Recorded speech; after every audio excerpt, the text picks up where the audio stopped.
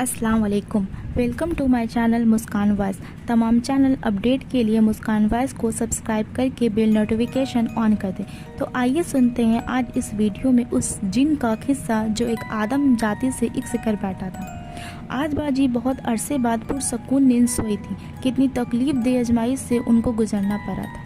अल्लाह ताला हर इंसान को आजमाता है और सिर्फ साबरीन को ही कामयाबी मिलती है। आज जहां बाजी के तकलीफ़ का अंजाम हुआ वह अहमद खां के तकलीफ़ का आगाज़ हो गया। हमारे अब्बू जान मौलवी शकील मस्जिद के इमाम थे। उनको बहुत दस्तरवेज़ हासिल था। लोग बहुत दूर दूर से अपने बच्चों को तालीम हासिल करने के लिए उनके पास छोड़ जाया करते थे। कुछ तालिबी इल्म अब्बू जान के पास ही रहते थे। मस्जिद ही उनका मुस्तकबिल ठिकाना होती थी। हुज्रे से किसी मुस्तकबिल नौजवान की आवाज़ आ रही थी। मैंने मुकम्मल राजदारी से पर्दे के पीछे झांका। 18 साल खूबसूरत नौजवान अब्बू जान के कदमों के पास बैठा था। मौलवी साहब, मुझे अपने शागिर्दी में ले लें। मैं आपको कभी किसी शिकायत का मौका नहीं दूंगा। क्या तुम अपने बड़ों से इजाज़त लेकर आए हो? अब्बू जान कुछ गहरे और सोच अंदाज में होकर बोले। जी बिल्कुल, उन्हीं की इजाज़त से आया हूँ और उन्हीं का हुक्म है कि मैं आपसे तालीम हासिल करूँ। इकरा, हलवा तैयार करवाओ नए शागिर्द के लिए। अब्बू जान ने हुज्रे से आवाज़ लगाई। बाजी हलवा तैयार कर रही थी। मैं उनके पास जाकर बैठ गई। बाजी, नया शागिर्द इस कदर खूबसूरत है कि क्या बताऊं। उसकी आंखें इतनी सी और चमकदार है कि कोई शख्स उसकी तरफ ज़्यादा देर देख नहीं सकता। इतना खुद शकल नौजवान मैंने आज तक नहीं देखा। बाजी, अगर आप उसे देख लेना तो बेहोश होकर गिर जाए। मैंने अपनी बाजी को तफसील बताई। तुम तो हर शागिर्द के बारे में ऐसा ही कहती हो और मेरा भी बेहोश होने का कोई इरादा नहीं है। मैंने हलवा तैयार करके अंदर भिजवाना है। वो मुस्कुराती हुई बोली। इकरा, ये अंदर लेकर जाओ। उन्होंने हलवे की प्लेट मेरी तरफ बढ़ाते हुए कहा। मैं प्लेट से थोड़ा सा हलवा खाने लगी थी तो बाजी ने गरम गरम चम्मच मेरे हाथ पर मारा। मना किया अब्बू जान ने कि शागिर्द से पहले इसमें से कोई ना खाया करे। बाजी, तो क्या हुआ अगर एक लुकमा ले लेती तो मेरे मुबारक हाथों से हलवा और बाबरकत हो जाता। मैं हलवे लेकर अंदर गई और एक नज़र चुपके से अहमद खां पर डाली। वो बाअदब तरीके से नज़रें झुकाए बैठा था। वो बेहद हसीन था। मैं हलवा देकर आ गई पर पर्दे से झांक कर उनकी बातें सुनने लगी। अरे ये क्या? मुझे तो हैरत का शदीद झटका लगा। अब्बू जान तो हमेशा सूरह मुदस्सिर या सूरह मुज़म्मिल की तिलावत करते थे, मगर आज वो सूरह जिन की तिलावत कर रहे थे। तिलावत मुकम्मल हुई थी। वो उससे नसीहत करने लगे। अहमद खां, जिंदगी में कभी झूठ नहीं बोलोगे, शैतान के मकरू फरेब से बचोगे और याद रखना, मैं किसी किस्म की सरकशी बर्दाश्त नहीं करूँगा। अब्बू जान संजीदगी से बोले। मैं पूरी कोशिश करूँगा, वो भी शहादतमंदी से बोला। अब्बू जान ने उसको अपने हाथ से हलवा खिलाया और उसे प्लेट थमा दी। पेटू नहीं तो ज़रा सा भी नहीं बचाया। मैंने बाजी के सामने बरास निकाली। ओहो, क्यों बेचारे के निवाले गिन रही हो? पता नहीं कितनी दूर से आया होगा और कितना भूखा होगा। अम्मी ने मुझे घूरते घूरते कहा। अब्बू जान, एक बात पूछे? अब्बू जान आए तो मैंने बेसब्री से पूछा। हाँ पूछो। अब्बू जान, जब भी नया शागिर्द आता है तो आप सूरह मुज़म्मिल या सूरह मुदस्सिर की तिलावत करते हैं, मगर आज तो आपने सूरह जिन की तिलावत की। वो क्यों?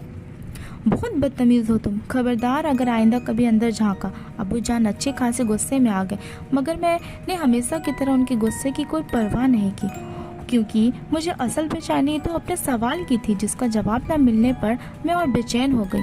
अहमद खां बहुत ही ताबेदार शागिर्द था। हर काम बहुत फुर्ती से करता था। मस्जिद में पानी भरता, नमाज के लिए सफ़े बिछाता, अक्सर जमात करवाता। अब्बू जान की तबीयत नासाज होती तो सुबह सवेरे अजान देता। उसकी आवाज़ बेहद खूबसूरत थी। अब्बू जान को अपने हाथों से जूता पहनाता। एक मरतबा अब्बू जान सख्त बीमार हो गए। किसी दवा से अफाका न हो रहा था और ऊपर से मुसीबत ये कि अहमद खां बगैर बताए न जाने कहाँ गायब था। बाजी, वैसे बहुत ही खुदगर्ज और मतलबी है अहमद खां भाई। अब्बू जान इतने बीमार है और वो न जाने कहाँ गायब है। नहीं, बेचारे को कोई मजबूरी होगी। बाजी ने उसकी हमायत की। फिर अचानक ही अहमद खां फिर से वापस आ गया। उसके हाथ में जड़ी बूटियाँ थी। इकरा, भाई को हांडिया ला कर दो। अब्बू जान नकाहत से बोले। मैंने हांडिया ला कर दी थी। फिर उसने माचिस मांगी। मैं भागी भागी लेकर आई, मगर तवाज़ुन कायम ना रहा और मैं गिर गई और माचिस भी जाकर पानी में गिर गई। अब क्या होगा? और तो कोई माचिस नहीं है। मैं घबराते हुए बोली। अच्छा तुम जाओ, मैं कुछ करता हूँ। अहमद खां बोला। मैं चली गई पर हस्बे आदत चुपके से झांकने लगी। फिर वो मंजर मेरी आंखों ने देखा, वो नाकाबिले यकीन था। अहमद खां इत्मीनान से बैठ गया और लकड़ियों पर हाथ रखा और मुंह ही मुंह में कुछ पढ़ने लगा। चंद लम्हों बाद ही आंख भड़क उठी। मेरा दिल तो खौफ से कांप उठा। अहमद खां यूं खड़ा था जैसे ये कोई मामूली बात हो। अब्बू जान को दवा तैयार करके दी गई और वो यूं तंदुरुस्त हो गए जैसे कभी बीमार ही ना थे। बाजी को मैंने तमाम वाक़या बताया तो वो फौरन चिढ़ गई। इकरा, क्या बात है, तुम हर वक्त उसी पर क्यों गौर करती हो? अबू जान को खबर हुई तो सख्त खफा होंगे। बाजी तो सो गई मगर मैं अहमद खां के अजीबोगरीब शख्सियत पर गौर करती रही। अब वो रफ्ता रफ्ता अब्बू जान के मंजूर नज़र सागिर्द बन गए। अब्बू जान उन पर बहुत एतमाद करते थे। इलाके के कुछ मालदार लोग मस्जिद के लिए कुआं खुदवाना चाहते थे मगर काम नहीं हो पा रहा था। बहुत से मजदूर लगे थे मगर न जाने क्या मसला था। अब्बू जान कहते हैं अगर अहमद खां होता तो कभी इतनी देरी ना होती। इतने लोग मिलकर कुछ ना कर सके तो दिया सलाई क्या करेगी? मैंने अहमद खां का मजाक उड़ाया। काफ़ी दिनों बाद अहमद खां वापस आया तो अब्बू जान ने मसला बयान किया। अहमद खां ने फ़ौरन काम शुरू कर दिया मगर खुदाई के दौरान कोई भी नज़र नहीं आ रहा था। अरे यहाँ तो कोई भी काम करता नज़र नहीं आया। बाजी ने मेरे साथ खिड़की में देखते हुए कहा। देखा ना, मैं कहती थी ना, अहमद खां भाई बहुत ही अजीब गरीब इंसान है। अहमद खां की शख्सियत दिन ब दिन बहुत अजीब तर होते जा रही थी। अहमद खां की ड्यूटी अब्बू जान ने खाना लाने के लिए लगाई थी। दोपहर को वो उनका खाना लेकर जाते थे। बाजी उनसे मुकम्मल पर्दा करती थी। एक दिन बाजी अहमद खां को खाना पकड़ा रही थी कि इस दौरान बगैर हिजाब के थी। अहमद खां की उन पर नज़र पड़ी। वो अपनी जगह पर साकित रह गए। बाजी बेहद हसीन थी। अहमद खां बाजी को देखता रह गया। बाजी घबरा कर वापस पलटी मगर अहमद खां अभी तक वहीं खड़ा था। अहमद खां, क्या हो गया? बजाय ये कि तुम उठाकर पर्दा लगाओ, तुम भूत बने खड़े हो, अम्मी ने उससे बोला। उस दिन के बाद अहमद खां गुमसुम रहने लगा। न जाने कौन सा गम उसके दिल को चिमट गया। आसमान पे गहरे बादल छाए थे। मैं भी जिद करके बाजी को साथ लिए छत पर आ गई। ठंडी हवा दिलो दिमाग को सुकून दे रही थी। मेरी नज़र मस्जिद के छत पर पड़ी जहां अहमद खां लड़कों के साथ खड़ा काम करवा रहा था। उसकी नज़र भी अचानक बाजी पर पड़ी तो वो दुनियाओं माफियों से बेगाना होकर बाजी को देखता रहा। मैंने चोर निगाहों से बाजी को देखा तो वो उसके मौजूदगी से बिल्कुल बेखबर थी। मैं बाजी से बातें कर रही थी कि अचानक तेज बगोला हमारी तरफ आया। आंखों में मिट्टी पड़ने की वजह से कुछ दिखाई नहीं दिया था। कुछ देर बाद जब तूफान थमा तो हम कुछ देखने के काबिल हुए। अहमद खां हमारे करीब खड़ा था। अरे अहमद खां भाई, आप पे? मैं उन्हें अचानक करीब देख हैरान रह गई। बाजी ने अपने दुपट्टा से अपना चेहरा छुपा लिया और रुख मोड़ लिया। अहमद खां सिर्फ बाजी की तरफ मुतवज्जा थे। सदफ बानो, मैं आपसे कुछ कहना चाहता हूँ। मैं तो उसकी ज़रूरत पे हैरान रह गई। मैं और बाजी चिराग जला रहे थे। बहुत सख्त अंधेरा हो रहा था। ये काम अहमद खां ही करता था मगर आज मसरूफियत के बिना पर वो ना आ सका तो मैं बाजी के साथ आ गई। न जाने कैसे अहमद खां भी वहाँ पर पहुँच गया। वो ज़रा फासले पर था जहाँ कुछ अंधेरा सा था मगर मैं बाखबर थी। उसकी महबियत ने मेरे शक को यकीन में बदल दिया कि वो बाजी की मोहब्बत में गिरफ्तार हो चुका है। वो बाजी पर से नज़र नहीं हटा रहा था। उसकी आंखें गोया सितारों की तरह चमक रही थी। उसी असना में न जाने कब बाजी का उसी चिराग पर दुपट्टा गिरा और आग लग गई। मेरी चीख निकल गई। बाजी भी सख्त घबरा गई। अहमद खां तेजी से उनकी तरफ बढ़ा और देखते ही देखते आग बुझा दी। बाजी तो रोए जा रही थी। अहमद खां भाई, आग ने तो आपके हाथों को ज़रा सा भी नुकसान नहीं पहुंचाया। मैं तो हैरान रह गई। अरे आग आपको क्या नुकसान पहुंचाएगी? वो यूं हाथ झाड़ रहे थे जैसे मिट्टी झाड़ रहे हैं। उनकी बात पर अब्बू जान के चेहरे पर शदीद नागवारी आ गई। अभी तो वो नॉर्मल निगाहों से उसकी तरफ देख रहे थे, अब उसे घूरने लगे। अहमद खां ने फ़ौरन ही भागकर उनके पैर पकड़ लिए। मौलवी साहब, माफ़ कर दे, गलती से मुंह से निकल गया था। कहा था ना, हर दुनिया के एक अपने असूल होते हैं, मगर तुम भूलते जा रहे हो। आइंदा अगर गलती हुई तो तुम्हें तुम्हारी दुनिया की तरफ रवाना कर दूंगा। अब्बू जान गुस्से से बोले।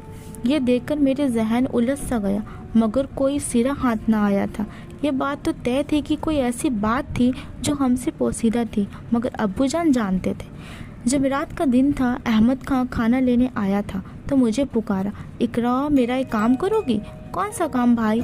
ये फूल सदफ बानो को दे दो। इंतहाई खूबसूरत सफ़ेद रंग के फूल उन्होंने मुझे पकड़ाते हुए कहा। भाई कितने खूबसूरत फूल हैं ये तो किसी खास जगह के लग रहे हैं। मैंने कहते हुए सूंघना चाहा। ठहरो, ये तुम्हारे लिए नहीं है। अहमद खां के लहजे में सख्ती सी थी। अच्छा बाबा, बाजी को ही दूंगी, पर क्या सूंघने पर भी पाबंदी है? बस यही समझ लो। मैंने फूल दुपट्टा में छुपाई और अंदर आ गई। मुझे ज़रा सा भी अंदाज़ा नहीं था कि बाजी की बर्बादी का सामान मैं हाथ में उठाए लाई हूँ। बाजी, ये फूल अहमद खां भाई ने भिजवाई है। मैंने फूल देते हुए शौकी से छेड़ा। लेकिन क्यों? बाजी ने हैरत से बोली। पता नहीं, मुझे तो बोला है कि किसी खास जगह की सौगात और किसी खास लोगों के लिए है। मैं शरारत से बोली। किस कदर उम्दा खुशबू है, बाजी ने कहते हुए एक लड़ी अपने बालों में लगा ली। फूलों ने उनके हुस्न को चार चांद लगा दिए थे। मैंने नज़र बचाकर एक फूल अपने बालों में लगा लिया। फूल लगाते ही मेरे सर बुरी तरह चकराने लगा। मैं घबराकर ज़मीन पर बैठ गई। दिल डूबने लगा। शदीद गर्मी से होने लगी। यूँ लगा कंधों पर कोई बाहर पहाड़ जितना वज़न रख दिया हो। मैंने घबराकर फूल निकाल फेंके तो हालत संभली। बाजी को देखा तो वो तो गहरी नींद में सो चुकी थी। मुझे बहुत हैरत हुई थी कि बाजी अचानक कैसे सो गई। मेरी छठी हिस्स कह रही थी कि बाजी को ये फूल नहीं लगानी चाहिए थी, मगर अब तो तीर कमान से निकलकर शिकार के सीने में पेवस्त हो चुका था। अरे, ये लड़की मागरिब के वक्त सो रही है, ये तो इस वक्त नहीं सोती। अम्मी ने हैरत का इजहार किया। फूल क्यों लगा रखे हैं इसने? मैं चुप रही, जानती थी कि सख्त डांट पड़ेगी अम्मी से। रात के आखिरी पहर मेरी आंख खुली तो बाजी अपने बिस्तर पर नहीं थी।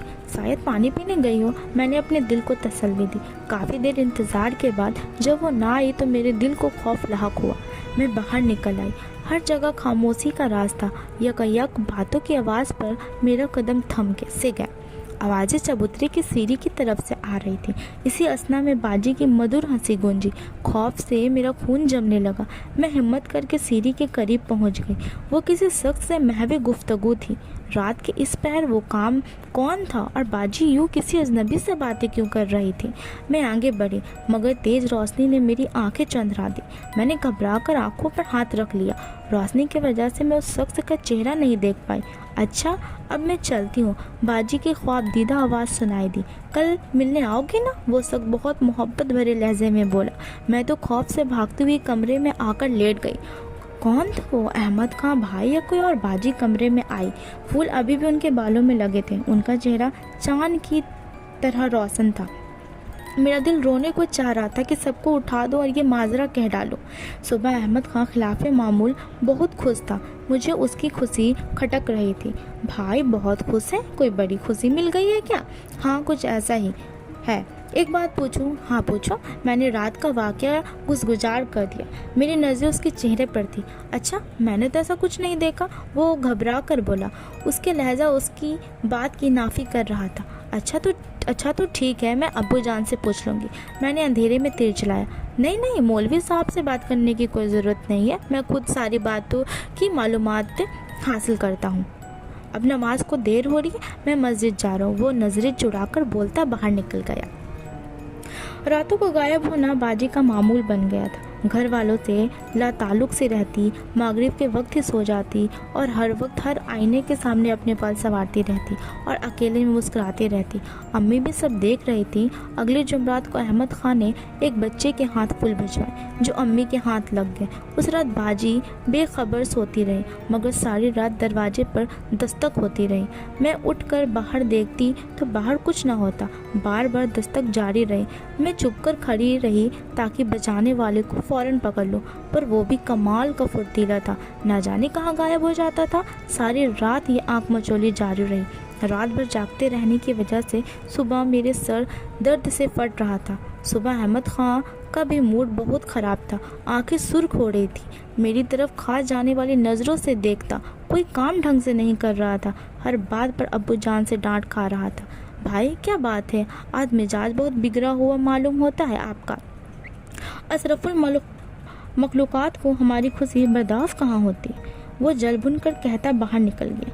अशरफुल मखलूक़ात? अरे, तो ये वो खुद क्या है? मैं हैरान हुई। एक रात को बाजी फिर गायब थी। मैं गुस्से के आलम में बाहर गई। दिल चाह रहा था कि ये अनजान सख्त का हसन नसर कर दूं। बाजी से छुप छुप कर मिलता है। मेरी बाजी कितनी बाहया और नेक है। मैं सोचती वहाँ गई, देखा तो रोशनी का मजबूत हिसार वहाँ मौजूद था। मैं एक कदम भी आगे ना बढ़ सकी। हाँ, मैं वादा करती हूँ, मैं तुमसे ही शादी करूँगी, बाजी हंसते हुए वादा कर रही थी। मेरा दिल तो धक से रह गया। बाजी किसी अनजान शख्स से शादी का वादा कर रही थी। अबू जान को खबर हुई तो किस कदर खफा होंगे। या अल्लाह, ये कौन शख्स है जो इस वक्त आता है और किसी को कानो कान खबर भी नहीं होती। बाजी अब रात को किससे बातें कर रही थी? मैं इंतहाई गुस्से से बोली, मैं पागल, मैं तो सो रही थी। बाजी लापरवाही से हंसते हुए बोली। अगली जुमरात को अहमद खान ने फिर से फूल भिजवाए जो इत्तेफाकन अबू जान के हाथ लग गए। वो इंतहाई जलाल की हालत में अहमद खान को आवाज़ देते हुए हुजरे में चले गए। मैंने चुपके से झांका। अहमद खान अबू जान के पैर पकड़ कर रो रहा था। मौलवी साहब, माफ़ कर दें, मैं बहुत मजबूर हो गया हूँ, मोहब्बत के जज्बे से लड़ नहीं पाया। वो हाथ जोड़ते हुए बोला, तुझे मेरा ही घर मिला था मोहब्बत के लिए? मैं सदफ बानो से शादी करना चाहता हूँ। बंद कर अपनी बकवास। कभी तूने गौर किया है कि ये शादी मुमकिन है? मौलवी साहब, मेरे बड़े ने भी ऐसी शादियाँ की हैं। मेरे अंदर इतना हौसला नहीं कि मैं अपने जिगर का टुकड़ा तेरे हवाले कर दूँ। अभी जान गुस्से से घूरते बाहर निकल गए। अहमद भाई वहीं बैठा आंसू बहा रहा था। ओह, तो अहमद खान बाजी से मोहब्बत करने लगा है और उसका रिश्ता मांग रहा है। अब्बू जान मान जाए तो कम से कम उस कमीने इंसान से तो जान छूटेगी जो बाजी को बरगड़ा रहा था, जो शादी के वादे ले रहा था। ना जाने अब्बू जान के इनकार की वजह क्या है। मैं सोचती ही रही। बीबी साहिबा, आप ही मेरी मदद करें, मैं सदफ बानो से शादी करना चाहता हूँ। वो अम्मी जान के कदमों में बैठा था। देखो अहमद खान, मैं इस सिलसिले में तुम्हारी कोई भी मदद नहीं कर सकती। अम्मी नरमी से बोली। वो खुद हैरान थी कि इनकार की क्या वजह है। अहमद खान तो खुद घर का ही बच्चा है, इंतहाई फरमा बरदार और शरीफ है। ये खबीस अभी तक यहाँ बैठा है। अबू जान अंदर दाखिल हुए तो उसे देखकर भड़क उठे। मौलवी साहब, मैं सदफ बानो के बगैर जिंदा नहीं रह पाऊंगा, निकल जा जलील यहाँ से। अबू जान नफरत से बोले, देखते हुए बोले, मौलवी साहब, आप मुझे सरकसी के लिए मजबूर कर रहे हैं। वो गुस्से में आ गया।